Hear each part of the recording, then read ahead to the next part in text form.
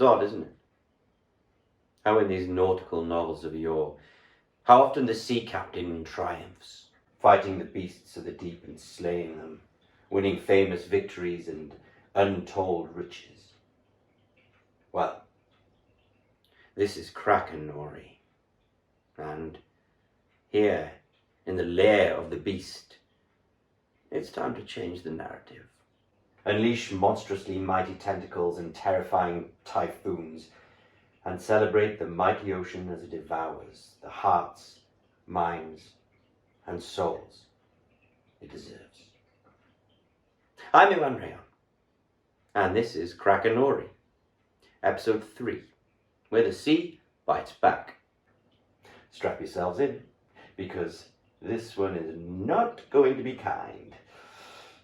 Although the ocean can be a cruel and devastating foe, it's the quasi-mythical monsters that accommodate the vast murky depths, which can be most reprehensible when it comes to human pain and suffering.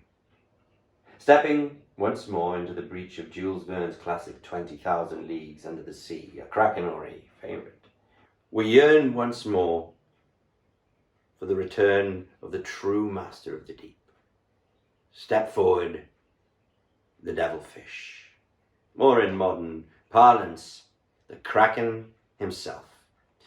Here putting pay to one of Captain Nemo's charges before the crew fight back. For now, dear listeners. For now. By then the Nautilus had returned to the surface of the waves. Stationed on the top steps, one of the seamen undid the bolts of the hatch.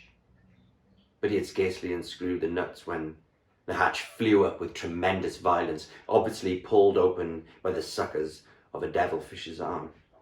Instantly, one of those long arms glided like a snake into the opening, and 20 others were quivering above.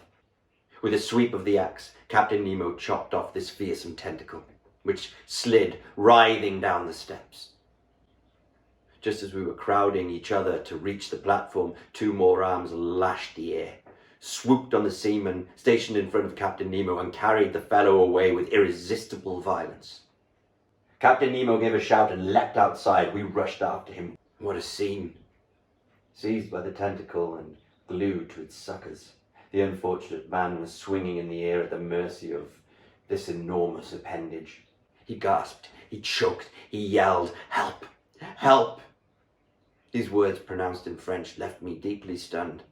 So I had a fellow countryman on board, perhaps several. I hear his harrowing plea the rest of my life. The poor fellow was done for. Who could tear him from such a powerful grip? Even so, Captain Nemo rushed at the devilfish and, with a sweep of the axe, hewed one more of his arms. His chief officer struggled furiously with the other monsters crawling up the Nautilus's side. The crew battled with flailing axes. The Canadian Conseil and I sank our weapons into the fleshy masses. An intense, musky odour filled the air. It was horrible. For an instant I thought the poor man entwined by the devilfish might be torn loose from its powerful suction. 7 arms out of 8 had been chopped off, brandishing its victim like a feather.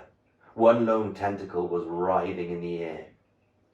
But just as Captain Nemo and his chief officer rushed at it, the animal shot out a spout of blackish liquid, secreted by a pouch located in its abdomen. It blinded us.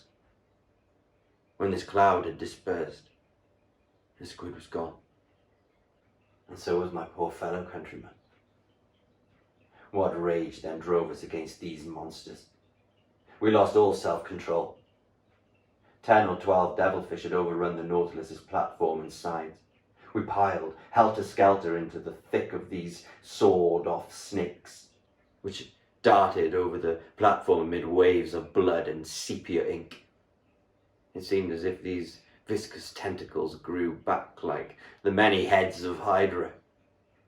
At every thrust, Ned Land's harpoon would plunge into a squid's sea-green eye and burst it. But my daring companion was suddenly toppled by the tentacles of a monster he could not avoid. Oh, my heart nearly exploded with excitement and horror. The squid's fearsome beak was wide open over Ned Land. The poor man was about to be cut in half. I ran to his rescue, but Captain Nemo got there first. His axe disappeared between the two enormous mandibles, and the Canadian, miraculously saved, stood and plunged his harpoon all the way into the devilfish's triple heart. Tit for tat, Captain Nemo told the Canadian. I owed it to myself.